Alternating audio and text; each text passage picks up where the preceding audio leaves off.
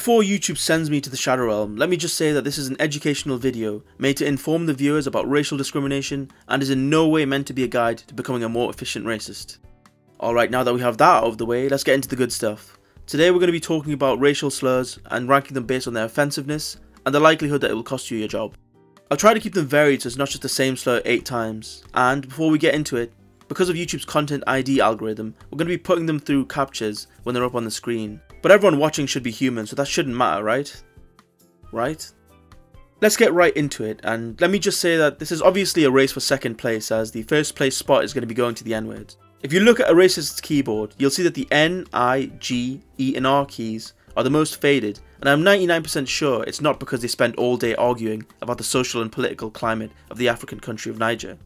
It originates from the Latin for black, but during the slave trade in the 17th century, it began to be picked up as a slur and would be used in common language until the late 20th century, where it was decided collectively that we probably shouldn't be saying that.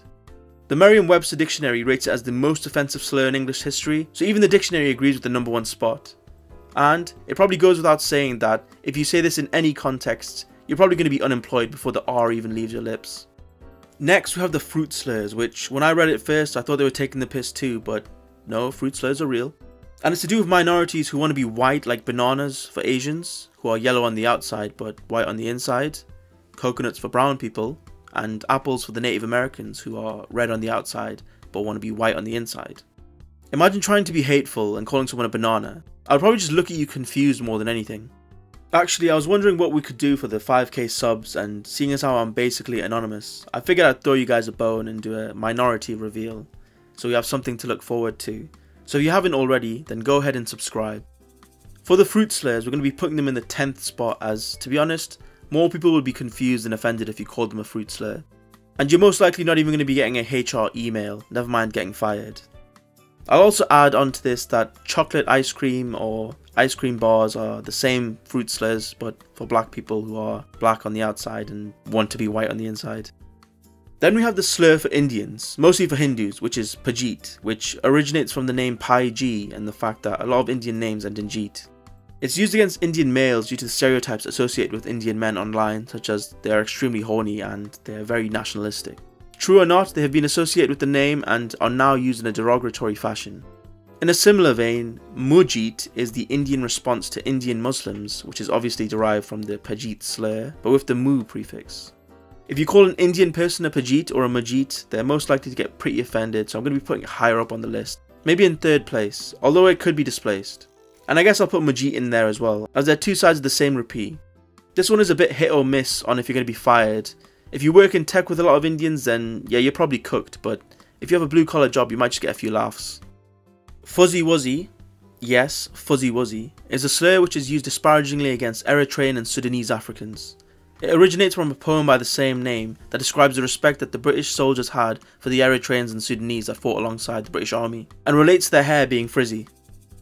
Originally it had positive connotations, but over time it became more and more associated with anti-African racism, which is just life, I guess.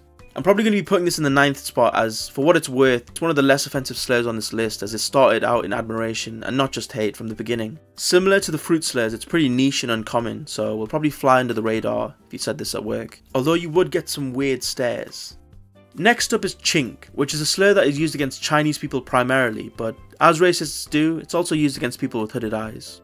Some speculate it may have originated from the Chinese phrase ching ching, which is a courtesy, but others argue it wasn't really that popularized until labour shortages in the west coast of America led to an immigration boom of primarily Chinese nationals who were expert fishermen. And when an American patented his own fish gutting machine, he named it the Iron Chink, and its popularity just grew from there until it was in mainstream use. This one is similar to Pajit, as in the chances of you losing your job are very environment dependent, but I'd say that it doesn't offend as much as being called a Pajit, and I would know because I've been called both despite being from neither region. So I'll put it in a respectable 5th place. Cracker is going to be our next racial slur, and honestly, it's a bit of a push to call it a racial slur because I don't think I've ever seen a white person offended by being called a cracker in my life. It's like water off a duck's back. It apparently originates from the noise that whips would make, which I don't get how that's offensive. Bonus slurs include mayo monkey, vanilla gorilla, bleach demons, unscented candles, etc. But some of these sound pretty cool if I'm being honest. Imagine just chilling with your homie and he goes, "What's up my vanilla gorilla?" I'd be hyped. It's gonna go in 8th because it's weak, but the other ones below are more dumb, so yeah.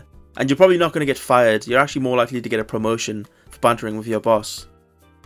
A lesser known slur is goy, which refers to all non-Jews, and its origins are from the Talmud, which is the holy book of the Jews.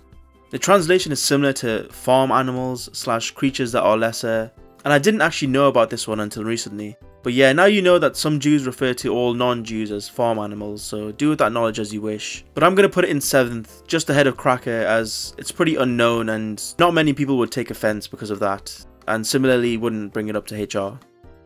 Uncle Tom is a slur that is used primarily by black people to disparage other black people for acting in a way that they deem slave-like, but it didn't originally have the same meaning.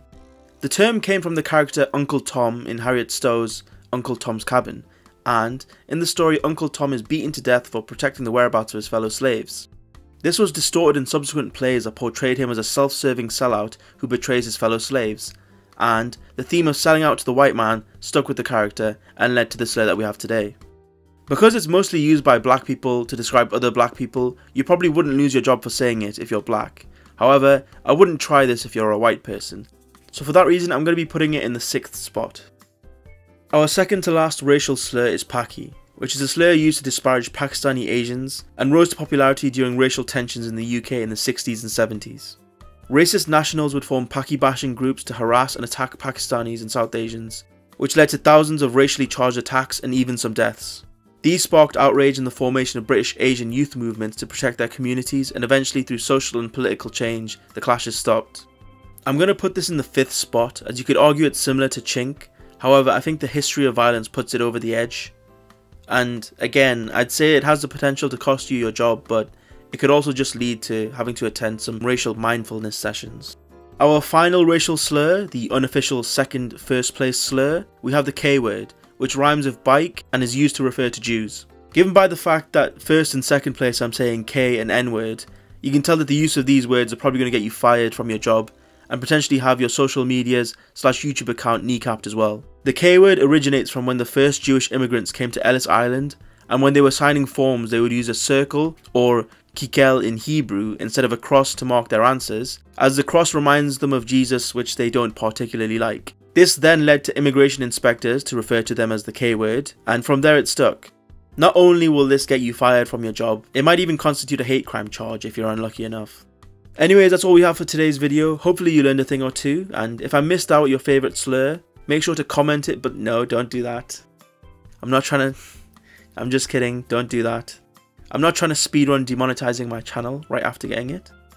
But anyways, thanks for watching. If you liked the video, consider liking and subscribing, but other than that, hope to see you in the next one. Bye.